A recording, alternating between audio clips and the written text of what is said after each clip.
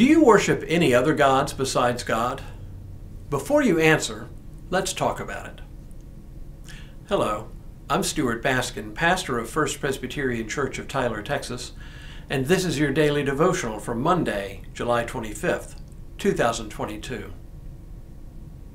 This week and next, I want to walk through all of the Ten Commandments and also look at verses from Deuteronomy and Leviticus that Jesus cited as his summary of the law of the commandments. I've touched on these things before, but it never hurts to return to them from time to time to reacquaint ourselves with them. The Ten Commandments were originally, in all likelihood, pretty short.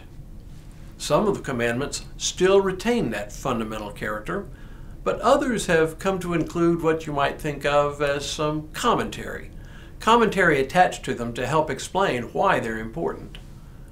The first commandment, like several of the commandments, includes just a little bit of this kind of commentary by way of an introduction leading to the commandment itself.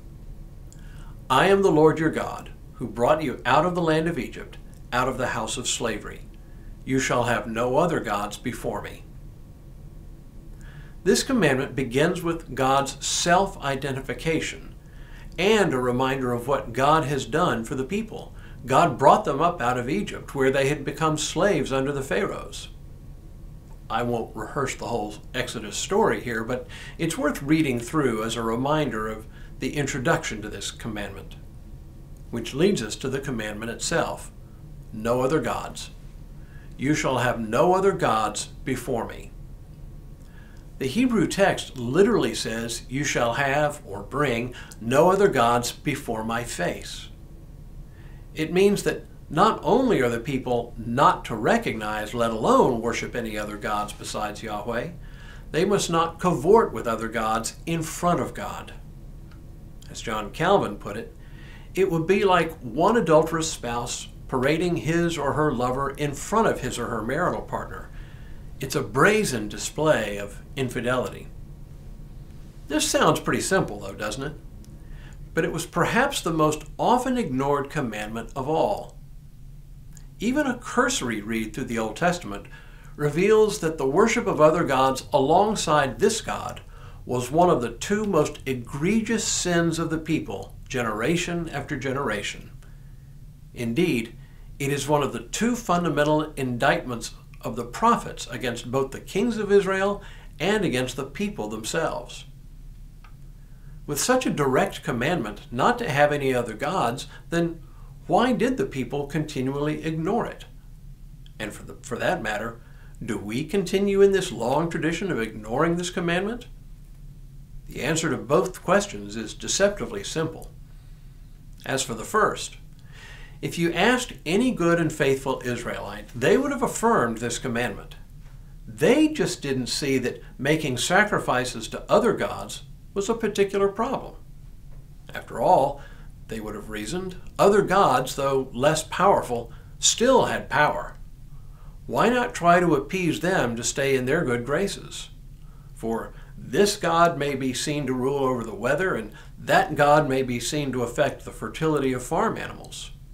Yes, our God is all-powerful, but what can it hurt, really, to hedge our bets just a little bit by offering sacrifices to other gods, especially if we continue to make sacrifices to Yahweh? They hedged their bets. And if we're brutally honest with ourselves, we continue to do it. Oh, we no longer make sacrifices to Baal or to any of the other ancient gods, but we do place our trust in other powers besides God.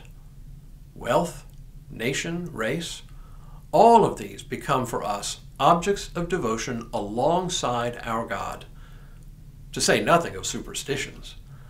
I am often amazed that otherwise good and faithful Christian people turn to horoscopes. For what is a horoscope but a system of belief that places its trust in the positions of stars and planets in the sky as if they have any effect on our lives? To boil it down to its essence, this commandment reminds us that there can be only one central power in which we place our ultimate faith and trust. And as much as we say that God is it, a keen observer of human behavior quickly discovers all of the other objects in which we also place our trust. The command is to have no other gods, no powers that in any way compete for God for our faith and trust. And as simple as it sounds, it remains perhaps the most difficult commandment to obey. Tomorrow, no idols.